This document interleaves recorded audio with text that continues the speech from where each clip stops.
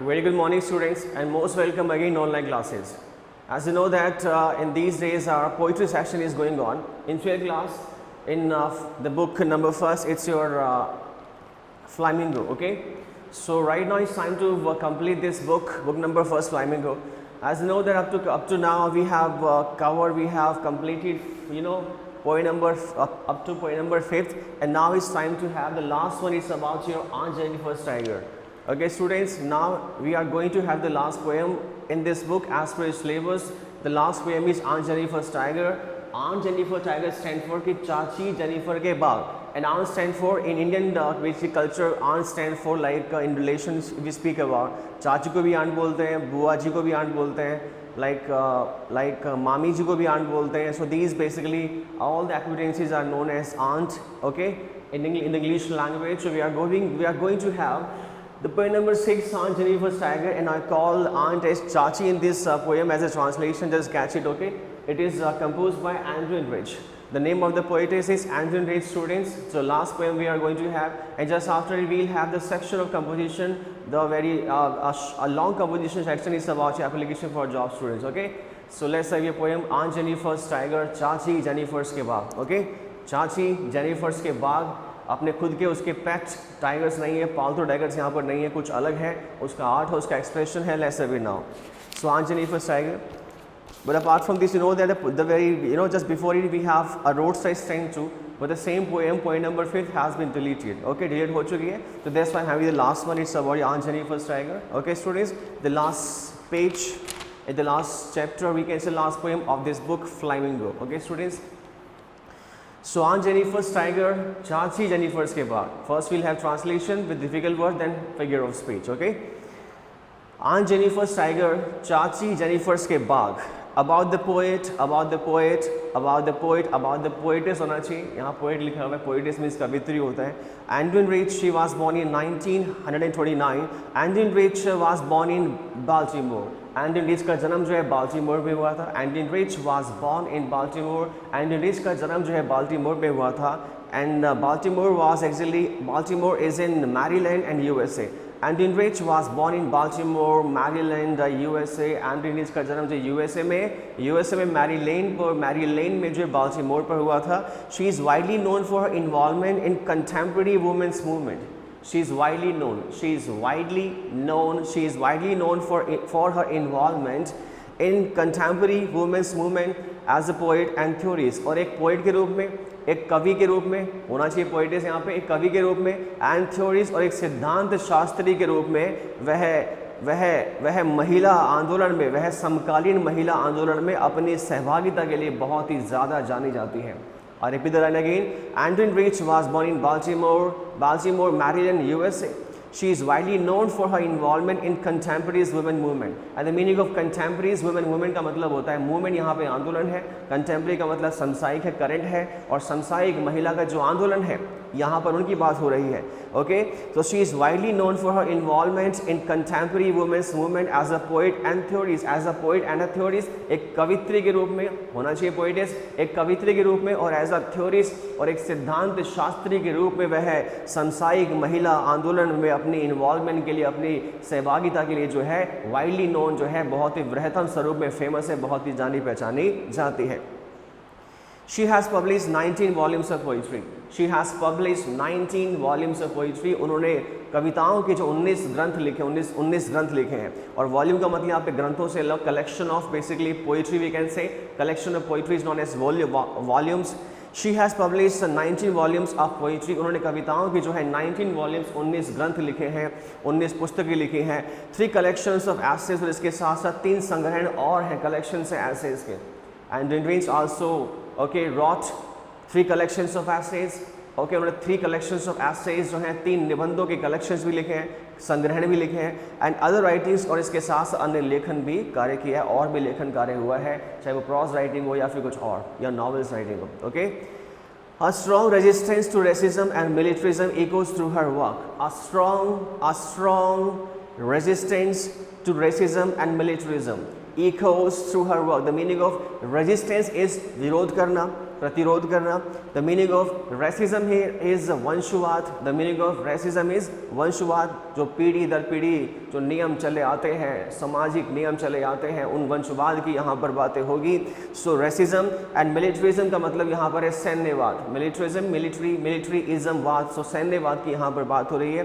Any ism, okay, ism which is related to military here is known as militarism, okay. So a strong resistance to racism and militarism echoes through her work. उनके कार्यों में वंशवाद और सैन्यवाद के लिए, उनके कार्यों में आंट जेनिफर स्टाइगर, तो पोएम का नाम है, यहाँ बात कर रहे हैं एंड्रिन रिच की, because we are having the introduction of the poetess first. हम पोएटिस का इंट्रोडक्शन यहाँ पे कर रहे हैं, आंट एंड्रिन रिच का यहाँ पे कर रहे हैं, हम लोग बात कर रहे हैं। ओके, यहाँ लिखा हुआ है a strong resistance to racism and militarism. A strong resistance to racism and militarism. Echoes का मतलब है झलकना, and the exact meaning of echo is गूंजना, यहाँ पर झलकना बोलेंगे हम लोग। A strong resistance to racism and militarism echoes through her work. और एंड्रिन rich के कार्यों में वंशवाद और सैन्यवाद के विरोध में, वंशवाद और सैन्यवाद के लिए त्रिविरोध जो है वो झलकता है। मतलब उनके कार्यों में हमें जो है रेसिज्म और मिलिट्रिज्म का विरोध देखने को मिलता है, उनके खिलाफ उनकी आवाज़ बुलंद होती हुई दिखाई देती है उनके अपने कार्यों में। If you read something about or more about Andrew Rich, you will find that she has raised her voice against the militarism and the word is racism, okay, in her work. The poem Aunt Jennifer's Tiger addresses the constraints of married life. The poem Aunt Jennifer's Tiger और Aunt Jennifer's Tiger नामक जो कविता है of addresses the constraints of married life a woman experience. Addresses the constraints of married life a woman experience. The poem Aunt Jennifer's Tiger addresses the constraints of married life a woman experience. यहाँ पर जो कविता पढ़ने जा रहे हैं students, Aunt Jennifer's Tiger, वह उन बाधाओं को संबोधित करती है। ये कविता जो है उन कॉन्स्टेंट्स के बारे में बताती है, उन कॉन्स्टेंट्स के बारे में, उन बैरियर्स के बारे में, उन ऑब्स्टिकल्स के बारे में, उन ऑपरेशंस के बारे में, उन एक्सप्लोरेशंस के बारे में बताती है, जो एक महिला जो है लाइफ वुमेन एक्सपीरियंस, जो महिला जो अपने मैरिड लाइफ में, अपने वैवाहिक जीवन में उसका अनुभव करती है। Is it clear? So on Jennifer's tiger नामक कविता addresses the concepts of married life women experience. ये कविता जो है वैवाहिक जीवन की उन बाधाओं का संबोधन करती है। ये कविता जो है वैवाहिक जीवन की, मैरिड लाइफ की उन कॉन्स्टेंट्स का, उन ऑपरेशन का, उन एक्सप्लॉयटेशंस का, उन प्रॉब्लम्स का संबोधन करती है, उल्लेख करती है, जिसका महिला एक अनुभव करती है अपने वैवाहिक जीवन में। और we can say that a kind of oppression, a kind of constraints, a kind of exploitation a women experience, okay, throughout her marriage life or throughout her married life or post marriage life we can say, okay. So let's say your line students, before you read इससे पहले क्या पढ़ें, before the lines of poem we have some lines of as per the belief or idea of Andrew Rich. What does the title of the poem suggest to you? इस कहानी का जो शीर्षक है वो आपको क्या सुझाव देता है? What does the title of the poem suggest to you? इस कहानी का शीर्षक आपको क्या सुझाव देता है? Okay, are you reminded of other poems and tigers? क्या आपको बाघों पर कुछ और कविता याद है क्या? इस कविता का शीर्षक जो आपको क्या सुझाव देता है, what suggestion क्या मिलते हैं आपको इससे? Like the title we have on plywood, Aunt Jennifer's Tiger, चाची जेनिफर के बाग. I told you that the aunt is also known as mommy and fufi in Indian culture, Indian acquaintances or relationship we can say. Okay, but here we have aunt only, okay, in English language. So Aunt Jennifer's कौन है? aunt है, और उनके tigers की बात यहाँ पे हो रही है. तो यहाँ पे एक लाइन पूछिए आपसे पोइटिस ने, पूछिए what does the title of the poem suggest to you? इस कहानी का शीर्षक जो है एज अ क्वेश्चन यहाँ पूछा गया है, इस कहानी का शीर्षक आपको क्या सुझाव देता है? Okay, are you reminded of other poems on tigers? Are you reminded on others poems of tigers? क्या पोएम्स के टाइगर्स पर लिखी हुई आपको कोई और कविताएं रिमाइंड आती है क्या, याद आती हैं क्या? यहाँ पर एक सवाल है. तो यहाँ पे हम टाइगर्स के बारे में कहानी पढ़ने जा रहे हैं, because the title of the poem is Aunt Jennifer's Tiger. Let's have the poem students, okay, with difficult words in translation. Aunt Jennifer's Tiger prints across a screen. चाची जेनिफर के बाद, I told you that I call the word aunt as चाची. You can call just aunt. There is no problem because in examination we need to mean only aunt. Okay, nobody will ask you about the meaning of aunt there at all. So Aunt Jennifer's Tiger prints across a screen. चाची Jennifer के बाग जो है पर्दे पर, Prince का मतलब उछल कूद करते हैं. चाची जेनिफर के बाग जो है पर्दे पर उछल कूद करते हैं। Bright topaz denizens of a world of green. Bright topaz, और ब्राइट टोपाज का मतलब होता है चमकीला पुखराज पत्थर। The meaning of bright topaz is चमकीला पुखराज पत्थर। यहाँ पे एक बेसिकली एक पैनल है, मैं आप पहले ही बताया तो आपको हिंदी के अंदर ट्रांसलेशन के पॉइंट ऑफ व्यू से, यहाँ पर एक पैनल है, एक सांचा है, एक सांचा है, पैनल है, उसमें कपड़ा लगा करके चाची जो है काफ़ी एजिड है, काफ़ी ओल्ड है, ओके, वो अपने अपने नीडल्स से जो है, सुलाहों से जो है वो अपनी कलाकारी दिखा रही है। मतलब एक कपड़े के ऊपर जो है, एक सांचे में, एक फ्रेम में कपड़ा लगा करके फिट करके उस पर वो टाइगर्स बना रही है, okay, with the help of like wool, ऊन की सहायता से कपड़े पे कलाकारी करना, उसे हम लोग हस्तकला का नमूना कह सकते हैं, ठीक है ना। या फिर मतलब जो बुनकरी वाला काम होता है वो एक तरह से वो कार्य यहाँ पे किया जा रहा है, अपने आर्ट को एक्सप्रेस किया जा रहा है कपड़े के ऊपर, okay, with the help of Ivory, needles और सुई के द्वारा या फिर सुलाहों के द्वारा। मतलब टाइगर्स जो बनेंगे वो कपड़ों पर वूलन होंगे, ऊन के बनेंगे, ऊन के धागे से बनेंगे, ओके। यहाँ पर वून टाइगर्स की बात हो रही है, कोई रियल टाइगर्स नहीं है, लेकिन सिम्बलाइज करेंगे, okay. The poets like Antony's will symbolise these tigers with different situations of aunt's married life, okay. Let's read now. Aunt Jennifer's tigers springs across her skin। चाची जेनिफर के बाग जो पर्दे पर उछल कूद करते हैं, चाची जेनिफर के बाग जो है पर्दे पर उछल कूद करते हैं। Bright topaz denizens of a world of green. Bright topaz denizens of a world of green, वह तो हरे संसार के निवासी हैं। अरे वह तो पुखराज पत्थर, वह तो क्या है, ब्राइट टोपाज डिनाइजेंस है, मतलब पुखराज पत्थर की भांति जो है, पुखराज पत्थर की भांति हरे संसार के निवासी हैं। किसके निवासी हैं? हरे संसार के निवासी हैं। और यहाँ पर जो मीनिंग यहाँ पर ब्राइट टोपाज का स्टूडेंट्स, यहाँ ब्राइट टोपाज का मतलब चमकीला पुखराज पत्थर। And the poetess has mentioned this word because the bright topaz means, the bright topaz symbolizes here the yellowish brown color of tiger's skin। Tiger की जो स्किन है उसका येलोइश जो ब्राउन कलर है, उसका मतलब यहाँ पर ब्राइट टोपाज है। पर exact meaning of bright topaz is चमकीला पुखराज पत्थर, but there is a basically this word has been mentioned just to symbolize the yellowish brown color of tiger skin। Tiger की जो स्किन है, उसकी जो खाल है, उसका जो येलोइश ब्राउन कलर है, उसको सिंबलाइज के रूप में यहाँ पर रखा गया है ब्राइट टोपाज के लिए, ओके। तो ये सिंबलाइजेस है किसका? Yellowish brown colour of tiger skin का। And apart from this, it also has some another sense too। The bright topaz means that the powerful and radiant persona of a tiger। Is it clear? We have two meaning of bright topaz here। चाची के बाग तो नकली है, लेकिन उसका meaning different निकलेगा यहाँ पे कवि के अंदर। The bright topaz meaning, the word of bright topaz has two meanings here. The first one is it symbolises और it refers to the yellowish brown colour of tiger skin. And the second meaning of bright topaz is it refers और it symbolises the powerful and radiant, okay, radiant strength और radiant strength of a tiger. मतलब जो powerful और उसकी जो radiant strength है, उसकी जो रेडिएंट पर्सोना है, पर्सनालिटी है, उसके बारे में यहाँ पर ब्राइट टोपाज से बताया गया है। टाइगर्स का पर्सोना, टाइगर्स की personality with powerful, with strength के साथ, विद रेडिएंट के साथ, जोश के साथ यहाँ बताया गया है। And apart from this the real meaning of the given word is it symbolises the yellowish brown colour of tiger skin, okay students. So let's say we now so on Jennifer's tiger, छोटी सी कविता लेकिन बहुत यहाँ पे meanings निकल के आएंगे different words के। On Jennifer's tiger Prince across her screen. चाची जेनिफर के बाल जो है पर्दे पर उछल कूद करते हैं। Bright topaz denizens of a green world, वह चमकीले पुखराज पत्थर की भांति। अरे वह तो चमकीले पुखराज पत्थर की भांति हरे संसार के जंगल के निवासी हैं। चाची जेनिफर के जो बाग जो पर्दे पर उछल कूद करते, लेकिन रियल वास्तविकता क्या है? वह बाग तो जो है चमकीले पुखराज पत्थर की बात है, मतलब स्किन का जो कलर उनका येलोइश ब्राउन है, उस कलर के साथ वह तो हरे संसार के निवासी हैं। And the meaning of denizens is residents, निवासी हैं, okay.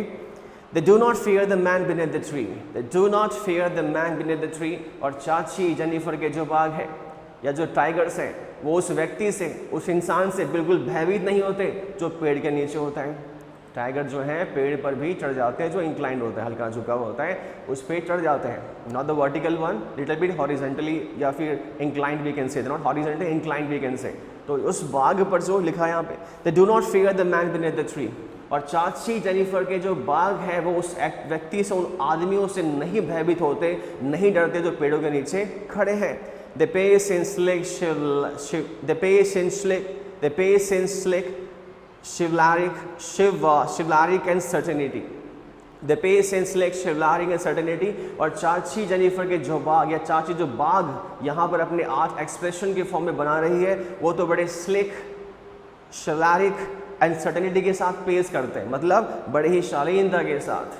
Slick, the meaning of slick is शालीनता, and the meaning of chivalric is शौर्य वीरता के साथ। किसके साथ? शौर्य वीरता के साथ। और चाची के जो बाग है बड़ी शालीनता के साथ, शौर्य वीरता के साथ। And the meaning of certainty, the meaning of certainty is confidence के साथ। मतलब चाची के जो बाग है या फिर जो टाइगर्स वो बना रही है, वो टाइगर्स जो है ग्रीन वर्ल्ड के निवासी, हरे संसार के निवासी हैं, और वह तो शालीनता के साथ, शौर्य पूर्णता के साथ और बड़े आत्मविश्वास के साथ पेश करते हैं, चहलकदमी करते हैं, जंगल में यहाँ वहाँ घूमते हैं। Okay, it symbolizes the real action, the real life of tigers in woods or in forest. So let's have the second stanza. We speak about the figures of speech or poetry device just after the completion of translation, students. So it's about the translation of stanza number first. Let's have the second one. If you want to have the revision, पीछे back जाना, video में मिल जाएगा आपको। Okay, same I have mentioned here. Stanza number second. Aunt Jennifer's fingers fluttering through her wool. Aunt Jennifer's fingers fluttering through her wool. कि चाची Jennifer के जो उंगलियां हैं वो ऊन से कार्य करते हुए फड़फड़ाती है। Fluttering through her wool.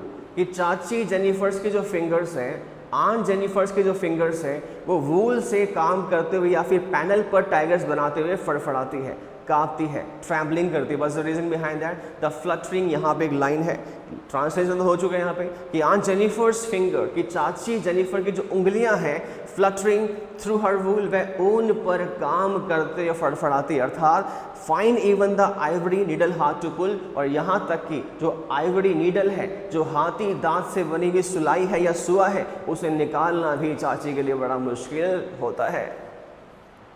Okay, the line is Aunt Jennifer's fingers fluttering through her wool, find even the ivory needle hard to pull. कि चाची जेनिफर के जो फिंगर्स हैं वो वूल से काम करते हैं, काफ़ी फ्लटर करते हैं, फड़फड़ाते हैं, और यहाँ तक कि चाची जो अपने पैनल से सुलाई को निकालना ये बड़ा मुश्किल पाती, नहीं निकाल पाती। What's the reason behind that? What's the reason behind that? What's the exact meaning of this word, students? Okay, the line is Aunt Jennifer's fingers, कि चाची जेनिफर्स की जो फिंगर्स है, I told you that she is really old. She is too old, बहुत ज़्यादा बुजुर्ग है। Aunt Jennifer's fingers fluttering through her wool, कि चाची जेनिफर की जो उंगलियां हैं वो ऊन पर काम करते हुए फड़फड़ाती है। Find even the ivory needle hard to pull, यहाँ तक कि जो आइवरी नीडल है, the meaning of Ivory is हाथी दांत से बनी हुई, नीडल का मतलब होता है सुई या सुलाहा, जो हाथी दांत से बना हुआ सुलाहा है, सुई उसे निकाल भी नहीं पाती है। The meaning of, what's the exact meaning of this line? The meaning is fingers fluttering का मतलब यहाँ पर क्या है? What's the exact meaning of fingers fluttering? You know that we have alliteration here, you know figures speech, but the meaning of, what's the meaning of this line is here? Fingers fluttering actually symbolizes, the meaning of fingers fluttering is here, is exactly denotes that, fingers flirting denotes that the Aunt Jennifer कि चाची Jennifer जो actually is too old, बहुत ज़्यादा old है, बहुत ज़्यादा क्या है, बुजुर्ग है, and she suffering from her mental illness और मेंटल कंडीशन। ओके, और mental sufferings we can say that कि चाची जो अपनी मानसिक अवस्था की बीमारी से भी गुजर रही है, because after attaining the age of basically after attaining a certain age a man और a women suffers from mental illness और मेंटल कंडीशन। तो यहाँ पर चाची की वीकनेस, चाची की एज और चाची की जो मेंटल कंडीशन है उसको यहाँ पर व्याख्यात किया गया है, बताया गया है इस लाइन में कि चाची की हालत कैसी है। ओके, लेट्स है, हालत बुरी है, एज बहुत ज़्यादा है, उसके बाद भी अत्याचार होता है, ऑपरेशन होता है, हम पढ़ेंगे आगे। Okay, the massive weight of uncle's wedding band, the massive weight of uncle's wedding band sits heavily upon aunt Jennifer's hand, the massive weight of uncle's wedding band sits heavily upon aunt Jennifer's hand, कि चाचा की शादी का जो भारी भरकम बोझ है, the massive weight of uncle's wedding band, uncle कौन है? चाचा। चाचा कौन है? चाची के हस्बैंड, आंट के हस्बैंड, वही हमारे यहाँ पे चाचा हुए, हमारे चाचा तो वही हुए ना। Okay, the massive weight of uncle's wedding band, the massive weight of uncle wedding band, massive का मतलब है भारी भरकम, बहुत ज़्यादा बोझिल, बहुत ही heavy. The massive weight of uncle's wedding band, okay, sits heavily upon aunt Jennifer's hand, कि चाचा की शादी का या फिर चाचा चाची दोनों की शादी का, लेकिन यहाँ पर बैंड जो है वो चाचा का ही बैंड है जो चाची के हाथों में है। किसके रूप में? चूड़ियों के रूप में, बैंगल्स के रूप में। एक बोझ है, बोझ कैसे बताएंगे आपको। The massive weight of uncle's wedding band, the massive weight of uncle's wedding band, की चाचा की शादी का जो मैसिव वेट है, जो भारी भरकम बोझ है, sits heavily upon aunt Jennifer's hand, कि sits heavily upon aunt Jennifer's hand, कि चाचा की शादी का जो मैसिव वेट है, जो भारी भरकम बोझ है, वेडिंग बैंड जो है, वेडिंग बैंड है, शादी का जो बैंड है, जो बंधन है, हैंड कफ के रूप में, बैंगल्स के रूप में, सिट्स हैविली, अभी भी जो हैविली बहुत ही भारी भरकम तरीके से चाची के हाथों पर विराजमान है। वो बैंगल्स अभी भी चाची के हाथों में है, symbolizes the auspiciousness of Indian marriage basically, but we have different meaning here. What's the meaning of this massive weight exactly? Actually it means that it actually refers to those responsibilities or those duties that basically are mentioned here as a mean of or as a mean of exploitation, as a mean of oppression, as a mean of suffering, okay, to Aunt Jennifer's, okay. Massive wedding band का मतलब यहाँ पर क्या है कि शादी के बाद जो जिम्मेदारियाँ होती है, जो रिस्पॉन्सिबिलिटीज़ होती है, जो महिलाओं को अपने पोस्ट मैरिज या विवाह के बाद निभानी पड़ती है, उसके बारे में यहाँ पर बातें हो रही है। और जिस एक्सप्लॉयटेशन के साथ चाचा मतलब आंट जो है उन्हें परेशान करते हैं, और वो मैसिव वेट के रूप में, एक भारी भरकम बोझ के रूप में उनके हाथों पर विराजमान है। चाची चाह करके भी, आंट जेनिफर चाह के भी कुछ और नहीं कर पाती है। मतलब जो बैंड है, जो बंधन है, जो हैंड कफ है, उनके हाथों पर विराजमान है। रिस्पॉन्सिबिलिटीज़ का, ड्यूटीज़ का, बिकॉज ऑफ मैन डोमिनेशन, पुरुष प्रधान समाज की वजह से, मैन डोमिनेटेड सोसाइटी की वजह से। So let's see the next line. So when aunt is dead, जब चाची का देहांत हो जाएगा।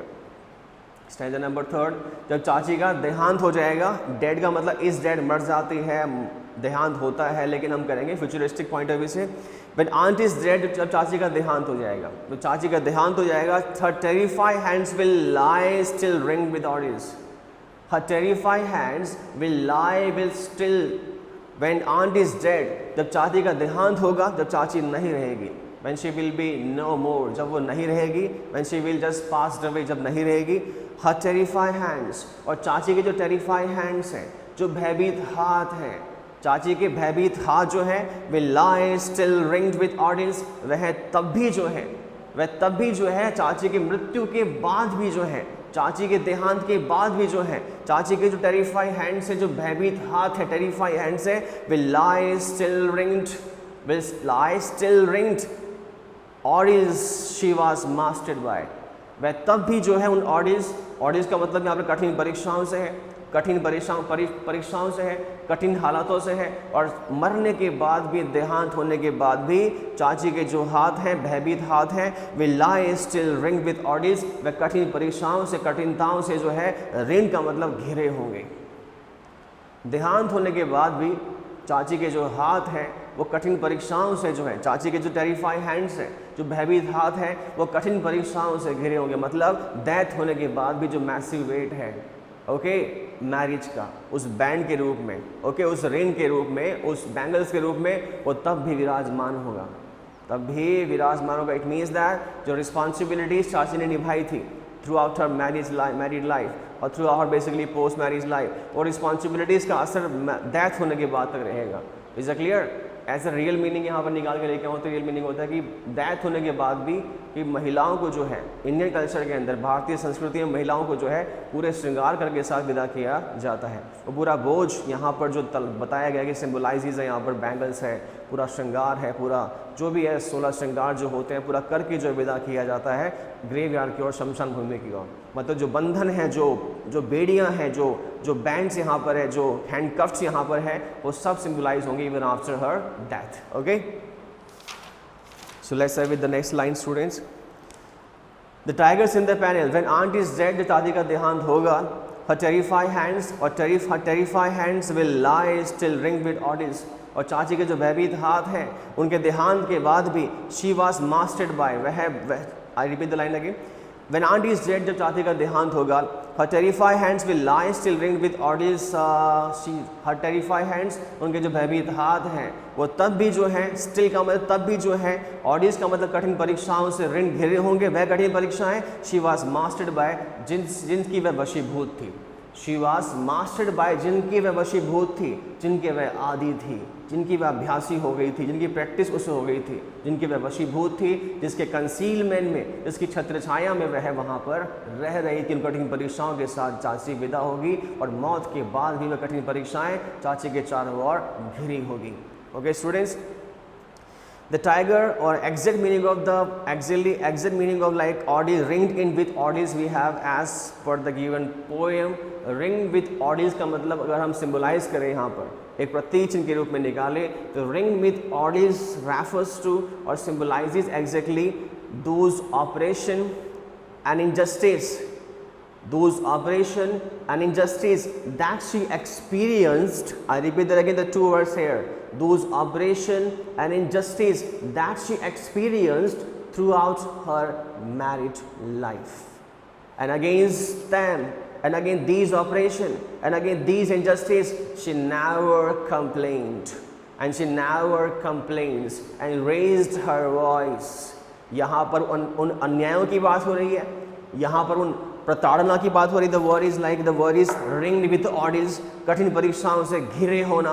अब कठिन परीक्षाएं तो कौन सी कठिन परीक्षाएं हैं? यहाँ पर ऑडियंस की बात हमने यहाँ पर की. रिंग तो है, चलो घिरे हो गए, लेकिन ऑडियंस कौन से? ऑडियंस यहाँ पे क्या? इनजस्टिस है, ऑपरेशन है. यहाँ पर उन इनजस्टिस की बात आई. I told you that speak about those injustice and those operation that she experience through her marriage life and never complained against these operation injustice. Is it clear? तो यहाँ पर उन अन्यायों की बात हो रही है, यहाँ पर उन इनजस्टिस की बात हो रही है, यहाँ पर उन ऑपरेशंस की प्रताड़नाओं की बात हो रही है, यहाँ पर उन एक्सप्लॉइटेशंस की बात हो रही है, यहाँ पर उन नेगेटिव एटमॉस्फेयर की बात हो रही है, यहाँ पर उन जो क्या ना बेड़ियों में रहने की बात हो रही है, जिनके खिलाफ चाची ने कभी आवाज़ नहीं उठाई. She never raised her voice, she never raised her voice. तो यहाँ पर ये जो रिंग्ड विद ऑडियंस का मतलब है यहाँ पर मैंने बता दिया है. The word very easily about those oppression and those injustice against them she never raised her voice. Okay, never complaint, never complaint. Let's see the last two line students. और वह ऑडियंस जिनकी वह मास्टर थी, जिनकी वह master थी, आधी थी, हैबिचुअल थी और वशीभूत थी उनके अंतर्गत कंसीलमेंट में. The tigers in the panel that she made, the tigers in the panel that she made. और वह बाघ जो चाची ने पैनल में बनाए. पैनल का मतलब वो साचा जो कपड़ा लगा के बना दिया होता है, इसमें कुछ होता है ऐसा सर्कल सा बनाना पड़ता है, किसी भी फॉर्म में अवेलेबल है. वो स्क्वायर फॉर्म में भी आता है, साइज़ बड़ा हो सकता है इसका. ओके, सर्कल में भी आता है. ओके, उस पर यहाँ पिन हुक लगाना पड़ता है और कपड़े को सेट करना पड़ता है. एक्स्ट्रा जो कॉटन है बाहर निकल जाएगा. सेट करने के बाद then you can draw anything that you would like to have. You can draw anything that you would like to have. Okay, anything with the help of wool. Okay, and needle. Is it clear students? तो कुछ भी possible है, तो बनता है panel पे. एक तरीका है बेसिकली अपने आर्ट को एक्सप्रेस करने का. यहाँ पर तो रियलिटी में तो कोई टाइगर सामने है नहीं, यहाँ पे टाइगर सिम्बलाइज कर रहे हैं केवल. we'll have differentiation and basically comparison in tiger's life and basically chachi Aunt Jennifer's lives too. These are the last two lines students. Okay,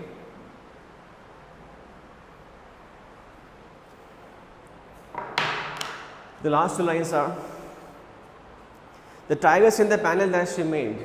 कि वे टाइगर्स जो चाची ने पैनल में बनाए थे. पैनल का मतलब वो सांचे की बात यहाँ पे कर रहा हूँ मैं. The tigers in the panel that she made, कि वे टाइगर्स में बाघ तो चाची ने पैनल में बनाए थे. विल गो ऑन प्रेंसिंग, वो तो प्रेंसिंग करेंगे, वो तो उछल कूद करेंगे. प्राउड, पूरे गर्व के साथ, एंड अनअफ्रेड, और निर्भय होकर के. पूरे गर्व के साथ और निर्भय होकर के मतलब भयभीत नहीं होंगे, फियरलेस होंगे. वो तो यहाँ का उछल कूद करेंगे. चाची के बाघ जो हैं उनको फ़र्क नहीं पड़ने वाला. चाची की लाइफ में जो कुछ भी हुआ वो एक अलग बात है, एक अलग इशू है, एक अलग मुद्दा है. लेकिन यहाँ पर जो बात हम कर रहे हैं टाइगर्स की, the tigers in the panel that she made, कि वह बाघ जो चाची ने पैनल में बनाए. किससे बनाए? पैनल में बनाए. विल गो ऑन प्रेंसिंग, वह तो प्रेंसिंग करेंगे मतलब उछल कूद करेंगे. प्राउड, पूरे गर्व के साथ, एंड अनअफ्रेड, और निर्भय होकर के और बिना भय के fearless जो है यहाँ वहाँ prancing करेंगे, उछल कूद करेंगे. तो what's the meaning of these lines exactly? It means that Aunt Jennifer's lived a life, okay, Aunt Jennifer's lived a life in operation, an expedition, where she never felt any kind of liberty to live a life in a kind of way where she can think about even own personal life, okay, where she can do kind of, where she can do a kind of action to express her own art, जहाँ पर अपने art को express करने के लिए कुछ कार्य वो कर सके. So she live a life of operation, she live a life of injustice, she live a life of exploitation students, okay. तो यहाँ पर टाइगर्स जो काफ़ी फ्री हैं, काफ़ी सिम्बलाइज कर रहे हैं चाची के जो टाइगर्स हैं बड़े. रियलिटी में टाइगर्स क्या होते हैं, एक्चुअली सिम्बलाइज करते हैं फ्रीडम को, आज़ादी को, जंगल में, वुड के अंदर और फॉरेस्ट में. Okay students, it's all about your translation of the poem. If you still have any doubts about anything, you can ask me about translation, okay. So let's have your poetic device or figures of speech students one by one in the given strangers. In very first and second line, Aunt Jennifer's tigers prance across a stream, bright topaz denizens of a ball of green. कि यहाँ पे tigers का जो comparison है bright topaz से है. बाघों की तुलना यहाँ पर किससे है बेटा, ब्राइट टोपाज से. टाइगर्स को यहाँ पे ब्राइट टोपाज बोला गया है. ब्राइट का मतलब चमकीला, टोपाज या पुखराज पत्थर है. हालांकि the meaning of bright topaz I told you that symbolises the yellowish brown colour या yellowish brown colour of tiger skin. कि टाइगर की जो त्वचा है उसके स्किन का जो येलोइश ब्राउन कलर है उसको यहाँ पे ब्राइट टोपाज कहा गया. लेकिन ब्राइट टोपाज किसके लिए, टाइगर्स के लिए. It means that there is a comparison. There we have a comparison in this line. Exactly, bright topaz जो यहाँ word है, it has metaphor. It has metaphor because it has been compared. It has been compared to the tigers. Tigers yellowish brown skin color. तो tiger की जो yellowish brown skin color उससे comparison है. So bright topaz यहाँ पे क्या metaphor है. Metaphor क्या होता है? Metaphor is a figure of speech in which comparison is made between two different objects, but there should be one point of resemblance. एक point resemblance का होना चाहिए. That's why we have metaphor here. यहाँ पर क्या metaphor है? तो bright topaz यहाँ पे क्या है, मेटाफर है, because the comparison has been made to or with the tigers here. The next line we have is here as a figure of speech students. So it's clear, just do underline. Bright topaz metaphor, comparison has been made between bright topaz and tigers or the skin of tiger. Let's see the next figure of speech. अगला अलंकार समझ लेते हैं. The next we have the piece in sleek chivalric certainty. तो यहाँ पर एक word है शिवलारिक certainty.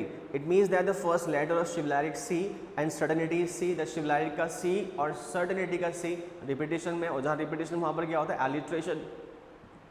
So alliteration is a figure of speech in which the first letter of two or more than two words are repeated. इसमें in which the first letter of two or more than two words are repeated. कि दो या दो से अधिक शब्दों के जो फर्स्ट लेटर हैं अगर रिपीट हो रहे हो, क्या हो रहा है, रिपीट हो रहे हैं, तो क्या होगा, एलिट्रेशन होगा. यहाँ पर एलिट्रेशन है. एलिट्रेशन बहुत यूज हुआ है इसमें, लेकिन यहाँ पर पर्सोनिफिकेशन भी है. Here we have personification also, not in chivalric certainty but in the whole line. Don't forget that chivalric certainty में यहाँ पर क्या है, alliteration है, because chivalric का C और certainty का C, these two letters are same, that's why we have alliteration. But in the whole line, like the line we have, they pace in slick chivalric certainty, we have personification because they stand for the tigers, but the tigers are not real. Is it clear? The tigers that actually was made by Aunt Jennifer, okay, in the panel or at the panel actually were not real. वो real नहीं थे और real नहीं है. They pace in slick chivalric certainty. और जब real नहीं है तो pace कैसे कर सकते हैं, वो चहलकदमी कैसे कर सकते हैं, वो symbolize कर रहे हैं, यहाँ प्रतीक चिन्ह है, लेकिन tigers real नहीं है. Is it clear? तो the line is they pace in slick chivalric certainty. they यहाँ पर क्या है, नॉन लिविंग है. रियलिटी में टाइगर्स लिविंग होते हैं, लेकिन पैनल में तो नॉन लिविंग है. और अगर नॉन लिविंग बीइंग यहाँ पर रियलिटी में कुछ रोल प्ले कर रही है एज अ लिविंग बीइंग का, दैट्स नोन एज पर्सोनिफिकेशन. यहाँ पर क्या है, पर्सोनिफिकेशन. अंडरलाइन करना. They pace in sleek chivalric and certainty. यहाँ पर क्या है, personification है. In chivalric certainty we have alliteration, but in the whole line, इस संपूर्ण लाइन में, पूर्ण लाइन में हमारे पास क्या है, personification. because they stand for the tigers, but the tigers are not real. और जब real नहीं है, जो unreal है या फिर fake है, और जो fake है वो अगर real का रोल प्ले करे तो क्या होता है, personification होता है. What's the meaning of personification? I told you in the last poems, okay. personification. A personification is a figure of speech. कि personification एक ऐसा अलंकार होता है. A personification is a figure of speech in which non-living things, inanimate things, abstractions play a role of living or human beings. Play a role of livings, play the role of livings or human beings. कि जहाँ पर जो निर्जीव चीज़ें होती हैं, inanimate object, inanimate चीज़ें होती हैं, अगर वो लिविंग थिंग का, ह्यूमन बींग्स का रोल प्ले करे तो क्या हो जाता है? पर्सोनिफिकेशन, मतलब पर्सोनिफाइड होती है. और जनरली अगर समझना हो तो ऐसे याद कर लो कि नॉन लिविंग थिंग्स अगर लिविंग थिंग्स का रोल प्ले करें तो वहाँ पर्सोनिफिकेशन है. अगर non living things living thing का रोल प्ले करे तो पर्सोनिफिकेशन है. In the whole line we have personification and in similarity certainty we have alliteration because repetition of first two letter students. Okay, so let's do the next one. Again in the next stanza in line number first, the two words we have fingers fluttering. The fingers, the first letter of fingers is F and the fluttering is F. Again we have alliteration, repetition of first letters of two words. Then we have the massive weight of uncle's wedding. Okay, massive weight of uncle's wedding. Massive weight of uncle's wedding. इस line में massive weight में जो है फिलहाल यहाँ पे wait का W और जस्ट 2 वर्ड छोड़ के एक और वर्ड यहाँ पर है वेडिंग. WW आ रहे दो बार. डजंट मीन कि लगातार कंटिन्यूस आए. एक लाइन में आगे पीछे ही पॉसिबल है, बट 2 और मोर देन 2 होना चाहिए. In a single line doesn't mean कि एक के बाद एक होगा, जस्ट आफ्टर वन आफ्टर ऐसा नहीं होगा. ओके, वन आफ्टर वन ऐसा पॉसिबल ज़रूरी नहीं है. उस लाइन में मोर देन 2 या मोर देन 2 वर्ड्स ऐसे हो जिनमें वो रिपीटिशन हो. तो यहाँ पर वेट का W और वेडिंग का W. Again we have alliteration here. Terrify hands in stanza number 4. Terrify hands. In terrify hands we have transferred epithet. In terrify hands we have transferred epithet. In terrify hands we have transferred epithet. यहाँ पे कौन सा figure of speech है? Transferred epithet. कौन सा है? Transferred epithet. ये क्या होता है? A figure of speech in which epithet is transferred to some other words. What do you mean by transferred epithet? In transferred, actually the word is terrify hands. In terrify hand, the 2 words we have terrify hands. In these 2 words we have a figure of speech known as transferred epithet. And what is transferred epithet? इसे कहते हैं हिंदी में कहते हैं हम लोग like उपाधि विशेषक, उपाधि विषयक, लाइक दैट. इंग्लिश में सुन लो क्या होता है. ओके, हिंदी में क्या करोगे जान के, you are English medium student. Transferred epithet क्या होता है? A figure of speech in which epithet is transferred to some other word. एक ऐसा फिगर ऑफ स्पीच जिसमें epithet at the meaning of epithet is adjective. क्या होता है? Adjective. इसमें एडजेक्टिव जो है ट्रांसफर्ड होता है किसी और वर्ड में, किसी और वर्ड में, वो कहलाता है आपका transferred epithet. Is that clear? Don't forget that. अब यहाँ पे एपिथेट ट्रांसफर कैसे हुआ? बिकॉज एपिथेट इज एडजेक्टिव और एडजेक्टिव जो है नाउन और प्रोनाउन को क्वालिटी बताता है. A word that qualifies noun और pronoun is known as adjective. Epithet is adjective here और you can see that hands are noun here and terrify hands. तो actually the word terrify qualifying the word hands, that word terrify qualifying the word hands. That's why the epithet is transferred to the noun hands. It is known as epithet transfer, transferred epithet. Transformation of epithet to some other word is known as transferred epithet. So these 2 words we have transferred epithet. Okay, students. The next we have is again we have personification, but in 2 lines, in 1 or 2 lines. The tigers in the panel that she made. कि वह बाघ, 2 line में personification आएगा. यहाँ पर personification क्या होता है? नॉन लिविंग थिंग्स लिविंग का रोल प्ले करे, पर्सोनिफिकेशन है. अगर निर्जीव वस्तुएं सजीव का रोल प्ले करें, सजीव होने का भूमिका निभाए, तो वहाँ पर क्या पर्सोनिफिकेशन है. The tigers in the panel that she made. The tigers in the panel that she made will go on prancing, proud and unafraid. Line यहाँ पर आई थी कि वह बाघ जो चाची ने पैनल में बनाए थे वह तो उछल कूद करेंगे गर्व के साथ, निर्भय होकर के, बिना भय के साथ. लेकिन पैनल तो चाची ने जो पैनल में सांचे में जो बाघ बनाए थे वो तो फेक थे, वो रियल तो नहीं थे. तो वो कैसे पेश करेंगे, वो कैसे जो है प्रांसिंग करेंगे प्राउड और अनअफेड होकर के?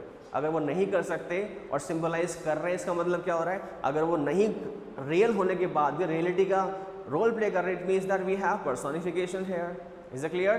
So different kind of figure of speech we have used in this poem, students. The first one was alliteration, personification, transferred epithet. Then we have personification again. Just do underline on those words that are a part of a poetic device or your figure of speech. Then there is no problem, students. Okay, it's all about your translation of point number 6 and your the last one. As far as the matter of your textual questions are concerned, let's do the same course of action in your fair notebook. The additions one will be assigned by me in your assignment. The book has been closed just now in front of you. Completed. Pura ho gaya. Okay, just after this we'll have long composition. It speaks about our first application for job. Okay, don't forget that in this session in letter writing students we have application for job and letter to editors only. Is it clear? In next class we'll have application for job first. Only two we have, application for job and letter to editors. Official letters and business letters have been deleted ho chuke aap logon ke. Is it clear? The same we'll have in next class. Thank you and have a nice day.